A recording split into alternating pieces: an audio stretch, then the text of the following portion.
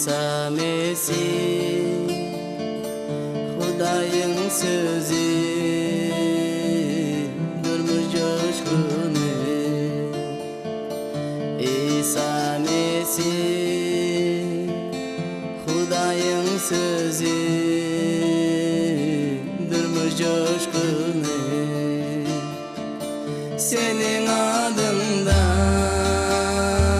günem yuvuldu bütün kalbimi sana tapşırdım senin adında günem yuvuldu bütün kalbimi sana tapşırdım. Salam mehriban ildeşler. Sizin şunkü programa goşup bilýäningizde men Ören Şat. Geçen gepleşigimizde öwrenen ayetlerimiz size kömek edenler diýip men umyt edýärim. Biz geçen gepleşigimizde çağany Hudaýyň ýolundan ýöremäge terbiýelemek barada sizin bilen gurrun edip geçdik. Men şunkü gepleşigimizde ýene-de şo tema bilen dowam etmekçi. Täze bu sizin durmuşyňyzda hasam ene atalaryň durmuşyna çağaly maşgalalarda gaty wajip tema. Hudaýyň sözi şu barada gowy maslahatlar berýär. Täze çağa Hudaýyň ýolundan ýörese, bu gelecekki durmuş üçinem gowy. Men näme üçin şeýle diýen? Çağalar gelecekki nesiller. Olar biziň ýurdumyzyň gelecekki baş tutarlary. Beýleki işleri ýerine ýetirmekde biz şol çağalara dayanar. Täze ene atalar garrap bar işleri, wezipeleri hem çağalara geçirmeli bolýar. Şoň üçinem biz olary Hudaýyň ýoluna, Hudaýyň sözüne göre terbiýelemekde bize uly jogapkärçilik berilen. Ene atalara uly jogapkärçilik berilýär. Ene biz geçen gepleşiklerimizde Süleýmanyň tymsallaryndan bir näçe ayetleri seredip geçdik sizin bilen. Men ýene-de şolaryň käbirlerini siz bilen okumakçy. 29-njy babda 15-nji 17-nji ayetlarda näme diýipdi şo ýerde? Taýyk we käýinç danalyk getirýänler. Başyna goýberilen çağa bolsa, enelerini utanja goýýanlar. Ogluňy terbiýele, ol sana rahatlyk berer. Özüňe ýakymly bolar diýär. Ene bu Süleýmanyň tymsallaryna, başgaça aýdamyzda Süleýmanyň pähimlerine şeýle maslahat berilýär. Berde biz diýdik taýyk nämäni aňlatýar? Ol çağa terbiýe bermekligi aňlatýar, terbiýany aňlatýar. Şoň üçin taýyk we käýinç näme getirýär? Danalyk, parasatlyk getirýän ekeni. Eger çağa başyna goýberilen bolsa näme bolýar? Enesini utanja goýýar. Bu Hudaýyň sözüne şeýle diýär. Soňam eger diýe çağaňy siz terbiýeleseňiz, netijesi näme bolýar? Ol sana rahatlyk berer.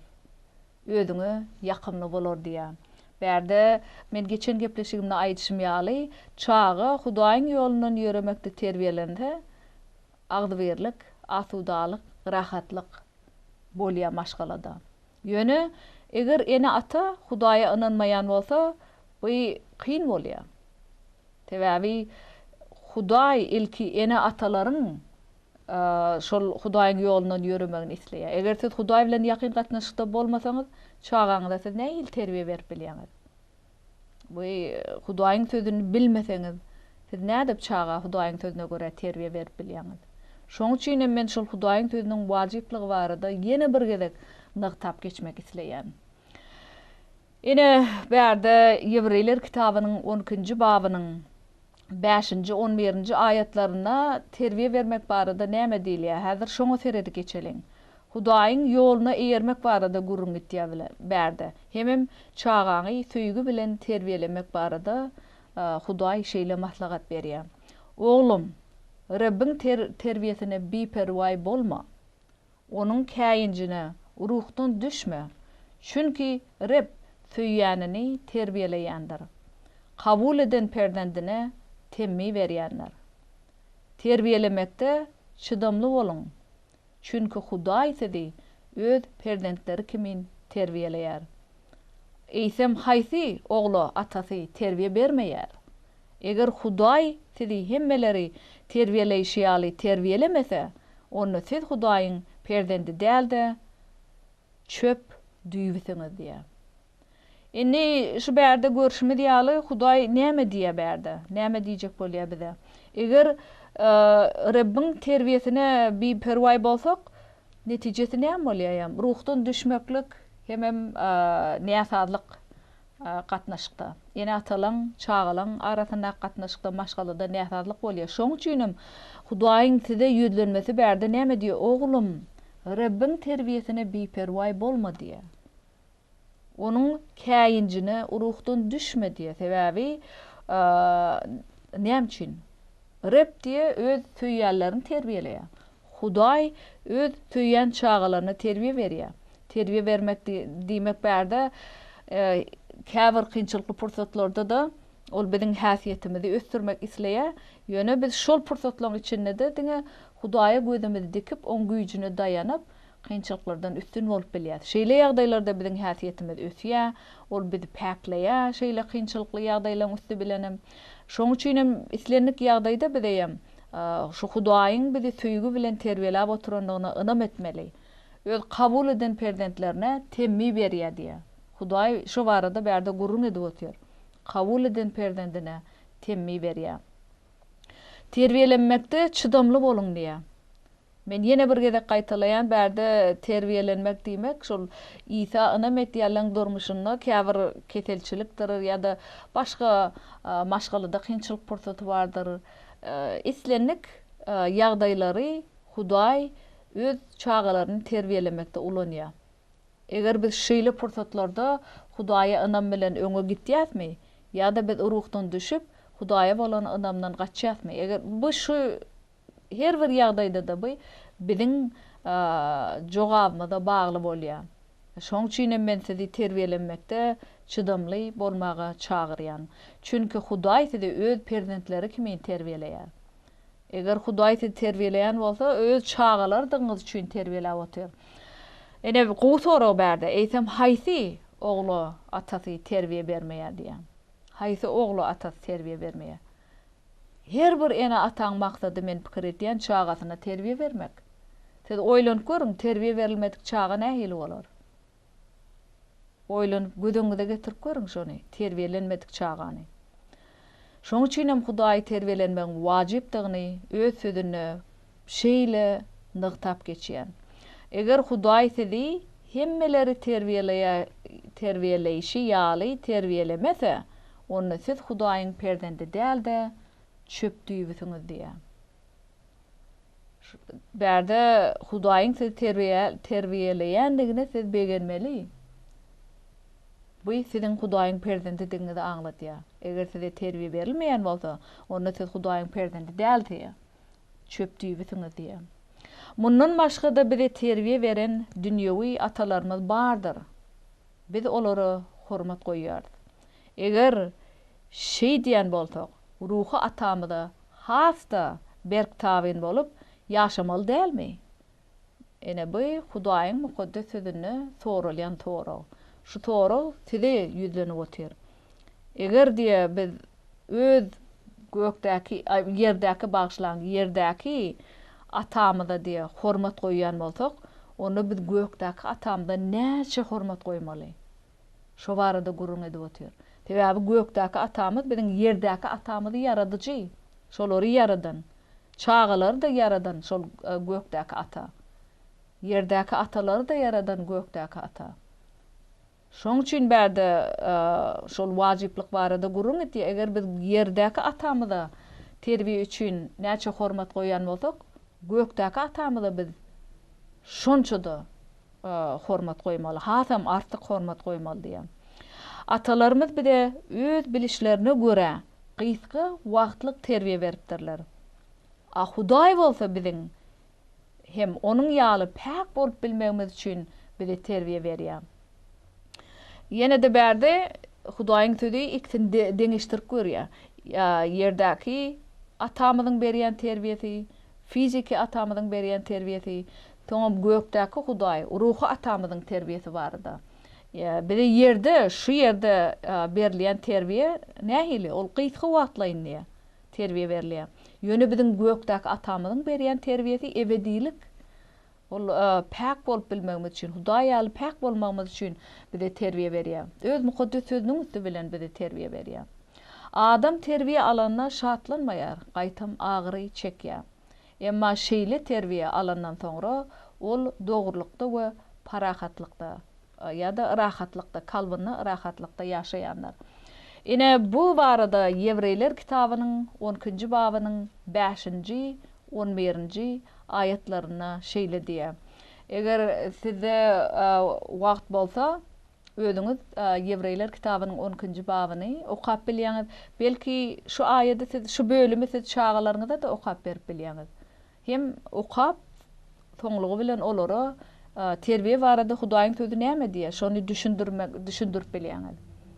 Ýaşlykdan siz şeýle olary Hudaýyň sözüni okap, Hudaýyň sözüne görä terbiyeleseňiz, soňlugy size rahatlyk berýär, hem ýakymlylyk berýär. Bu Süleýmanyň tymtallarynyň kitabyna şeýle aýdyldy 22-nji babynda. Ene şol Ýewreýler kitabynyň 12-nji babyndan görüşimiz ýaly terbiye alanna bize Hudaý tarapyndan terbiye berilene şatlanmaly. Adam terbiye alanna şatlanmaýar diýe biz köplenç tebiği tenimizde şatlanmak islemeýär. Sebäbi käwat agyrly bolýar, kynçylykly pursatyň içinde şatlanmak kyn bolýar.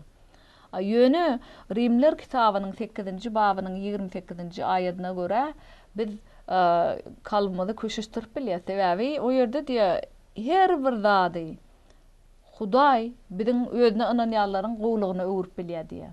Etlernik ýagdaý, etlernik situasiýany Hudaý gowlugy ulanýar. O gowluk diýmek bärde hem biz İsa Mesihi häsiýetimizde İsa Mesihi meňzedip İsa Mesihde ösdürmeklik şol Hudaýyň maksady. Yani şol tarapmyda häsiýetimizde täsir etýär şol kynçylykly pursatlar. Bizi Hudaýal pak etmäge, paklemäge itergi berýär. Şol ýagdaýda disiplina, terbiye bu gowzat. Emma şu terbiye alandan soňra insan ol dogrulukda hem parahatlykda, rahatlykda ýaşaýar. Şoň üçin şu aýat, şu bölümi çağaňyzda okap bermeklik wajyp, hem olara şu Hudaýyň terbiyesi barada öwretmeklik wajyp. Sebäbi soňlugy dogruluk hem rahatlyk meýwesini berýär. Ene Süleýmanyň Tymtallar kitabynyň 22-nji babynyň 6-njy aýatyna näme diýär? Çağany dogry ýol bilen terbiyele. Ulalanyna hem şondan sowulmaz diýär. Bärden görüşimiz ýaly ýene de esasy wajyp zat, esasy ünt berilmeli zat çağany dogry ýolda terbiyelemeklik. Dogry ýol diýmek Hudaýyň sözüne görä terbiyelemeklik. Sebäbi bizde nähili ýaşamaklyk hem şol Hudaýyň sözüne bize berilen hemmesi maslahat hökmünde berilýär. Hasam Süleýmanyň Tymtallar kitabynda şol terbiye barada köp gurrun edilýär. Ýewreýler kitabynyň 10-njy babynda da gördük şu ýerde bir uly bölüm çağa nähil terbiye bermek barada ýa-da umuman terbiye barada gurrun etýär şu ýerde. Diňe çağa däl bu ullar barada da gitýär Ýewreýler kitabynyň 10-njy babyndan. Şoň üçin şonu okap öz gündelik durmuşyňyzda şu ýerde aýdylýan zatlara görä ýaşamaklyk bu gaty wajyp. Hem biz Hudaýyň sözüne görä ýaşamazda bu bize çağalarymyzy terbiyelemäge kömek etýär. Ana 1-nji Şamuel kitabynyň 3-nji babynyň 13-nji aýatyna biz näme okaýas? Onun neslini ebedilik cezalandyrjakdygymy ben oňa aýdypdym. Çünki ol ogullarynyň baňa dil ýetirendiklerini bilip hem olary bu işden saklamady. Ene bärde eli ruhani barada gurrun etýär. Belki siz bilýänsiňiz bu ruhani barada ol ruhani ogullary bilen bile Hudaýyň ibadathanasyna hyzmat etdiler. Ol öz ogullaryna, eli ruhani ogullaryna terbiye bermänseň şu wagt netijesi näme bärdi? Olar Hudaýy hem dil ýetirip oturarlar bärdi. Ýöne şonu da eli ogullaryny şeýle etmekden taklamanlar. Şoňa görä Hudaý olara tutuş maşgalatyna erwet jeda berdi. Soňlugy bilen eli ruhani ölýär, oň ogullary hem ýok bolýar. Ene şol terbiye berilmedik çağa maşgala ene ata çağalarına terbiye vermese son cezasını çekýärler. Ene şol Şamuel kitabynyň 1-nji Şamuel 3:13'te şu barada gurrun etýär. Onuň neslini ebedilik cezalandyrjakdygymy men olara aýtdym diýär.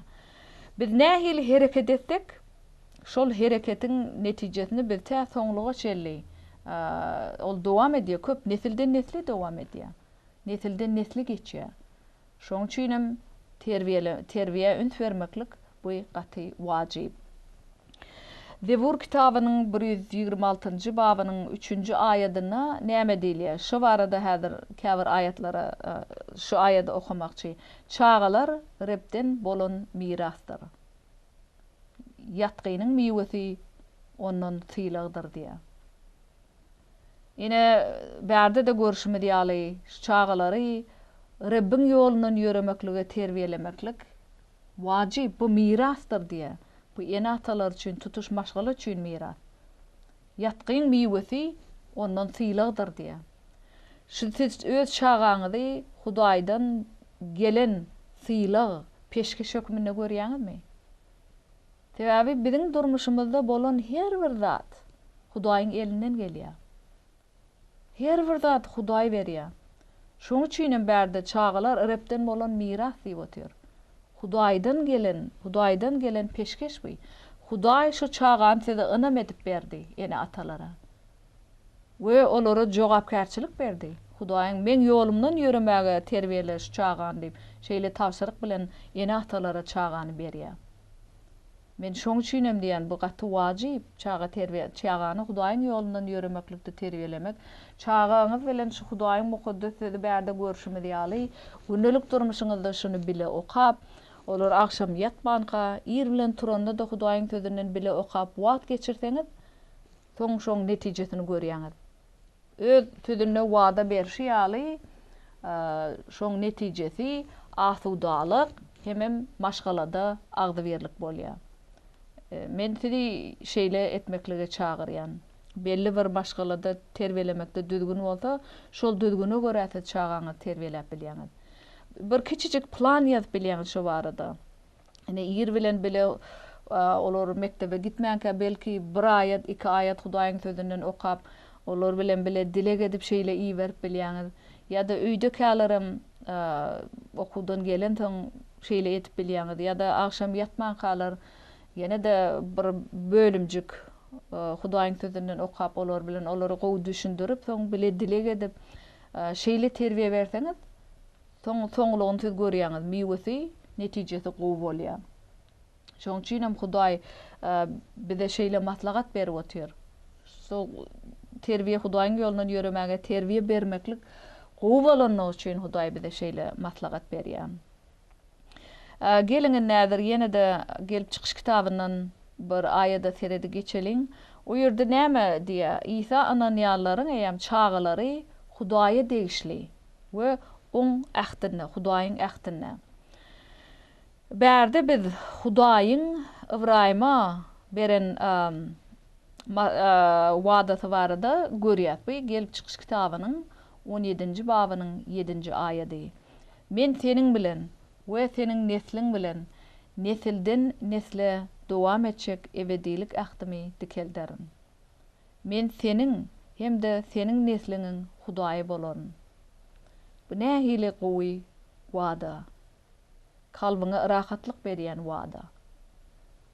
Hudaý bu Hudaýyň Ibrahima beren wadasy. Ýöne şu wada size hem degişli. Ähli çağaly bolan maşgalalara degişli. Sen bilen, sen nesliň bilen nesilden nesle dowam etjek ebedilik ähdimi dikelderni. Beýle diýdigi Hudaý hemişe siziň bilen bolar. Şu dünýäň ahyryna çelli. Hudaý öz mukaddes sözüne hemişe biziň bilen boljakdygyny wada berýär. Ene bu barada siz Matta kitabynyň 28-nji babynyň 20-nji aýatyny da okap bilýäňiz. Şol terbiýe bermekde sizde kynçylyklar bolsa, kynçylykly pursatlarda da siz Hudaýyň beren wadasyny ýatlap bilýäňiz. Ol Hudaý şol Matta 28-20-de men hemişe siziň bilendirin diýdi. Şu dünýäň ahyryna çelli siziň bilendirin.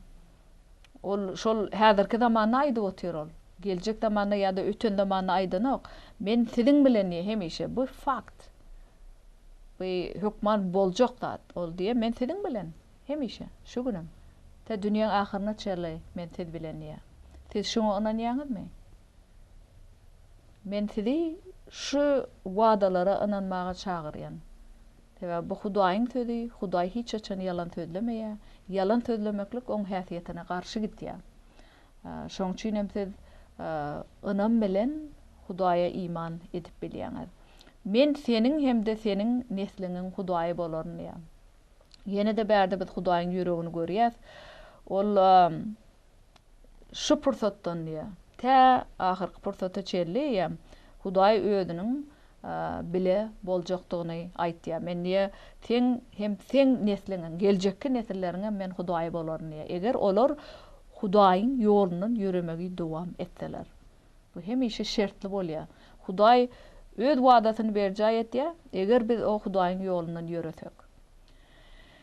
Ene Resullaryň işleri kitabynyň 2-nji babynyň 29-njy aýatyna näme diýerdir? Şoňa teredeliň.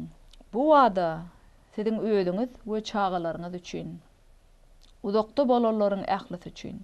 Ýagny Hudaýymyz Rabbiň çağırjaklarynyň her biri üçindir diýär. Bu näme diýdi? Şol Hudaýyň mukaddes sözüne berilýän wadalaryň hemmesi bu siziň üçin emeken, siz özüňiz üçin, siziň çağalaryňyz üçin. Ýagny diýe Hudaýymyz Rabbiň çağırjaklarynyň her biri üçin. Bärde çağırjaklarynyň diýmek Hudaý yntalary özüne çekýär. İsa Mesih şu dünýäden göterilmänkä bu Yahya kitabyna bu Yohanna kitabyna bagşlan. Bu barada okap bilýäňiz. İsa Mesih şu ýerden göge göterilmeniň öň ýanyna diýdi. Men haçan men ýerden göge göterilemne ähli adamlary, yntalary men özüme çekerin diýdi. Şoň üçin hem eger size Hudaýa inam etmeýän çağalar bolsa, siz Hudaýda ýa şol inam bilen Hudaýa dilek edip, şu çağaňyz üçin dilek etip bilýäňiz. Şu çağaňyzdan Hudaýa gelmek üçin dilek etip bilýäňiz. Belki siziň başgalaryňyzda biri Hudaýa inam etmeýänler. Siz şoň üçin hem Hudaýa dilek edip, Hudaýa gelmegine kömek etip bilýäňiz. Eger sizde şu belki siz näçe wagt berip dilek etýänsiňiz, dilegiňize jogap berilmeýän ýaldyr. Ýöne siz ruhdan düşmäň. Ýanky diýişim ýaly Yohanna kitabynyň şu kitabyna İsa Mesihiň maslagaty ol diýe men özüm diýe 6-njy babyna diýe men özüm adamlary, yntalary özüme çekýän idi. Özüm men çekýän. Şol Hudaý olary özüne çekmese hiç zat bolmaýar. Biziň edip bilýän adamymyz diňe çağalary üçin, maşgalamyz üçin dilek etmek. Hudaý dilegiňizde bilen işleýär. Men şoň üçin hem size şol Hudaýyň wadasyna inam edip ýaşamaklyga çağırýan. Bärde Resullaryň işleriniň 2-nji babynyň 29-njy aýatyna aýtýaly bu wada diýe siziň özüňiz we çağalaryňyz üçindir diýär. Ýene de Rabbiň çağırjaklary üçin. Şol Hudaýyň sözüne eşitip kabul ederleriň hemmesi şu wadalara inam bilen eýe bolup bilýärler. Men häzir siz bilen ýene bir bölüm okamakçy. Ene şu bölümne biz İsa'ň çağalary nähili tüýýänligi barada gurrun gitýär. Biz şu barada häzir men siziň bilen okamakçy. Bu Matta kitabynyň 19-njy babynyň 13-nji, 15-nji aýatlaryna şeýle diýär. Soňra başlaryna elini goýup, doga dilek etsin diýip, adamlar çağalary İsa'nyň ýanyna getirdiler. Emma şägirdler çağalary getirirlere käýediler.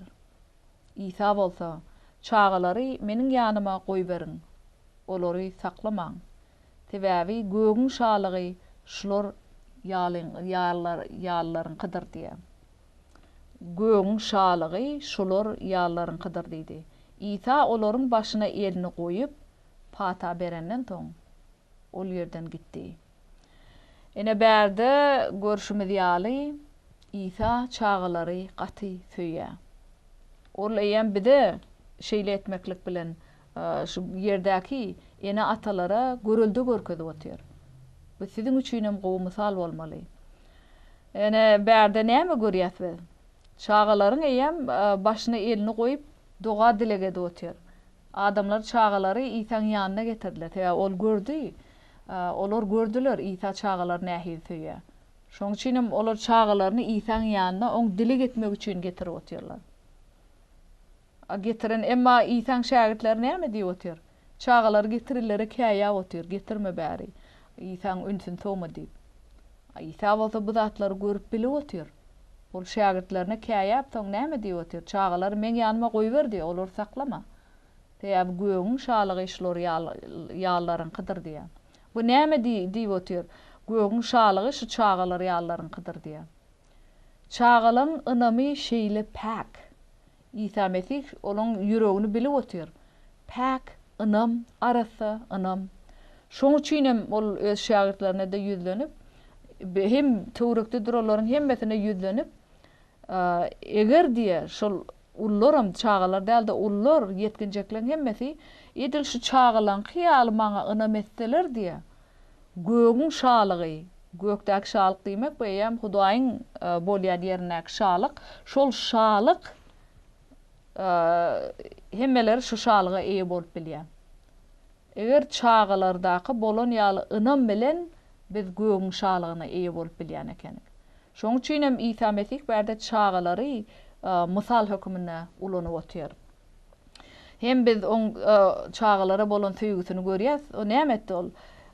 Ýsa olaryň başyna elini goýup pata berenden soň ol ýerden gitdi diýär. Olar çağalary ýalkap, olary pata berip soň o ýerden gitdi. Ene bu Matta kitabynyň 19-njy babynyň 13-nji, 15-nji ayatlaryna şeýle diýär. Eger sizde wagt bolsa, öz başdak özüňiz okap bilýäňiz şu barada Hudaýyň sözüne. Men ýene bir gezek size ýatlatmak isleýän. Hudaýyň sözüni okaňyzda ýeke okamaň. Öz çağaňyz bilen bile Hudaýyň sözüni okap, olary Hudaýyň beren wagdalaryny ýatladyň.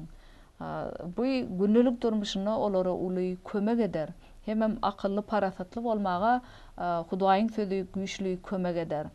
Men ýene de şol atalara aýdylýan berilen tapşyryk barada bir gezek ýatlatmak isleýän. Kolosiýalaryň 3-nji babynyň 20-nji aýatyna atalar çağalaryňyzy ynjytmaň. Olary Rabbiň ýoluny uloldyň diýär.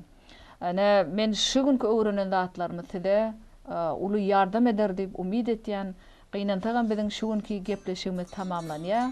Indiki gepleşigimizde çerli hoş. Sag olun.